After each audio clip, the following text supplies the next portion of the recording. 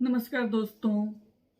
आज मैं आपके लिए नई किताब जो लाई हूँ जिसकी समीक्षा करूंगी, मैं आपको दिखा देती हूँ दोस्तों। इसका नाम है अनुभव के मोती लघु कविता संग्रह। इसके रचयिता हैं ज्ञान प्रकाश पीयूष जी। तो आज हम बात करेंगे इस पुस्तक के बारे में। बोधि प्रकाशन से आई है, 2021 में आई है। इसका मूल्य 250 रुपए मात्र, पृष्ठ 128 हार्ड बाउंड में। अब मैं श्री ज्ञान प्रकाश जी के बारे में बता देती हूँ। ये सिरसा निवासी हैं। इनके 2 काव्य, 1 दोहा सतसई और इसके अलावा 2 समीक्षात्मक पुस्तकें और 2 संपादित पुस्तकें प्रकाशित हुई हैं। लेकिन लघु कविता में यह इनका पहला संग्रह है, पहला प्रयास। इन्होंने एमए हिंदी किया है, एमएड की शिक्षा प्राप्त की है, सेवानिवृत्त प्रिंसिपल हैं शिक्षा विभाग से। शिक्षा मंत्री राजस्थान द्वारा इन्हें उत्कृष्ट शिक्षाविद समाज सेवी सम्मान से सम्मानित किया गया है और श्रेष्ठ शिक्षक सम्मान भी इन्हें मिला है, अनेक पुरस्कारों से सम्मानित। मैं पुस्तक के बारे में बात करती हूँ। यह पुस्तक इन्होंने समर्पित किया हरियाणा साहित्य अकादमी द्वारा बाबू बाल मुकुंद गुप्त सम्मान से सम्मानित यशस्वी साहित्यकार प्रोफेसर रूप देवगुण जी को।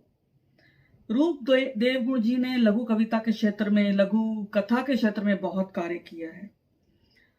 अब मैं इस पुस्तक के बारे में बताती हूँ। इसमें 119 लघु कविताएं हैं इसमें और यह इनकी 8वीं कृति है। लघु कविता में 6 से 10 पंक्तियां होनी चाहिए, मुक्त छंद में हो, भाव प्रदान हो, कल्पना प्रचुर मात्रा में हो, विचार सकारात्मक हो, भाषा शैली बिंब रस अलंकार कविता जैसे हो। यह लघु कविता की विशेषता है। मैंने इस पर एक वीडियो बनाया था, आप देख सकते हैं मेरी प्लेलिस्ट में जाकर। ट्यूटोरियल में मुक्त छंद कविता कैसे लिखें उसे आप देख सकते हैं। और लघु कविता और क्षणिका में अंतर होता है, जो मैं बता रही हूं आपको उसमें पता चल जाएगा। अब इनकी कविताओं, लघु कविताओं में प्रेम, सद्भाव, राष्ट्रीय चेतना का स्वर मुखरित हुआ है। मजदूर, किसान, तीज त्योहार, पर्यावरण, मेघालय मनाली की यात्राएं, उनके बारे में भी इन्होंने लघु कविताएं रची हैं इसमें।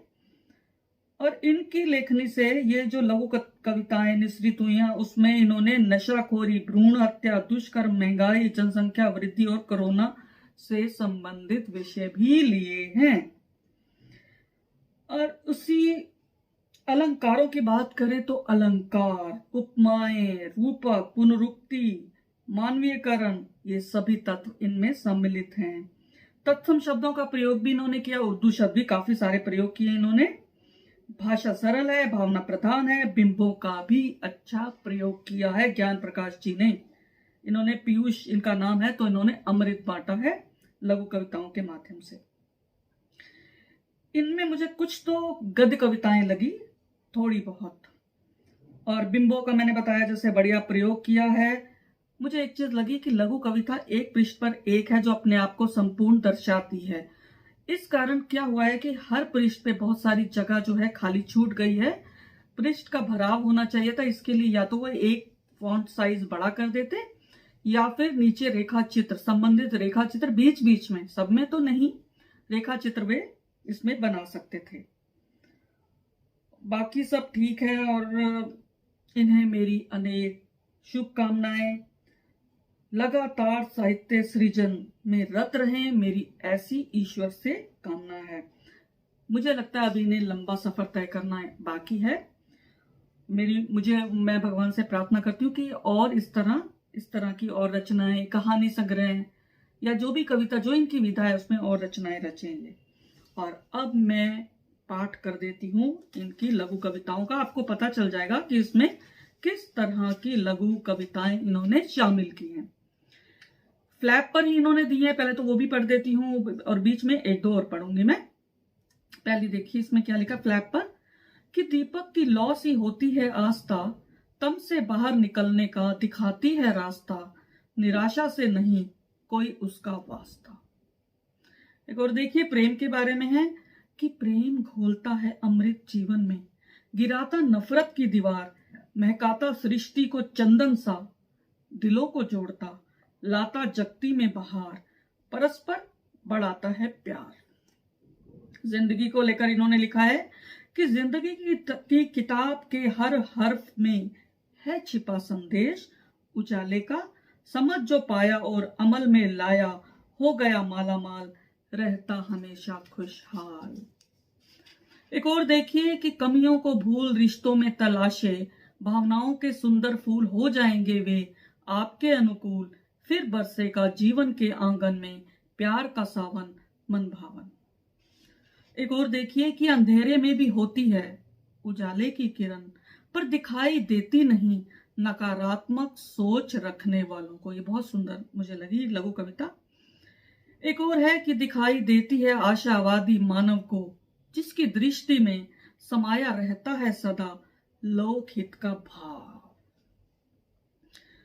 दुर्गम पथ पर चलते रहना, नहीं उदासी मन में लाना, कंटक से मत विचलित होना, छालों की मत परवाह करना, मुस्कानों से पथ को भरना, पीर पराई तुम हर लेना, चरण सफलता खुद चूमेगी, थकान देह की सब हर लेगी, जीवन में खुशहाली होगी, जीवन में खुशहाली होगी। आपने देखा लय इसमें बन रही है, भले ही ये मुक्त छंद है। और अब मैं पढ़ती हूँ कृपा बरस रही परमात्मा की, प्रथम इनकी ये लघु कविता है। तो मैं पढ़ देती हूँ कि कृपा परमात्मा की बरस रही है अनवरत, महसूस करें वायु जल अग्नि आकाश, पहाड़ नदी चांद चांदनी, वस्तु सभी जीवन दायिनी, उपलब्ध हैं सर्वत्र निःशुल्क, उपयोग करें कितना ही, बिना भेदभाव के अमीर गरीब सभी, करे धन्यवाद कृपालु परमात्मा का। अब मैं जो शीर्षक लघु कविता है मैं वो पढ़ देती हूं कि जीवन की सीपों में अनुभव के मोती पलते, जीवन की सीपों में अनुभव के मोती पलते, अंदर की ज्योति से जग को जगमग करते, भटकों को राह दिखाते, मंजिल तक ले जाते, मंजिल तक ले जाते। आपने रूपक देखा होगा इसमें, जीवन की सीपों में और अनुभव के मोती, ये रूपक इन्होंने प्रयोग किए हैं। एक सरल सी, मुझे बहुत अच्छा लगा कि इन्होंने एक लघु कविता है क्या उसको भी इन्होंने लघु कविता में ढाल दिया। लघु कविता विकास की यात्रा में है प्रगतिगामी कदम, लघु आकार बिंब विधान, भावना प्रधान शिल्प नवीन, विचार न्यून कल्पना प्रचुर, अभिव्यक्ति प्रखर व प्रभावशाली अंत। तो देखा आपने, इन्होंने पूरी लघु कविता की परिभाषा ही अपनी इस लघु कविता में कर दी। और अब मैं आखिरी पढ़ देती हूं, प्रकाश पथ अपना लें। ये रूपक है प्रकाश पथ कि जिंदगी में संघर्ष उतने जितने हमने माने, पीयूष की भी बहती धारा नजर यदि उस पर डालें, तमस पथ को त्याग कर प्रकाश पथ अपना लें, प्रकाश पथ अपना लें, प्रकाश पथ अपना लें। तो मित्रों देखा आपने कि इन्होंने अनुभव के मोती अपने पाठकों को बांटे हैं लघु कविता के माध्यम से, तो आप इन्हें पढ़ सकते हैं। तो धन्यवाद दोस्तों, फिर मिलेंगे एक नई कड़ी के साथ, तब तक मुझे आज्ञा दीजिए।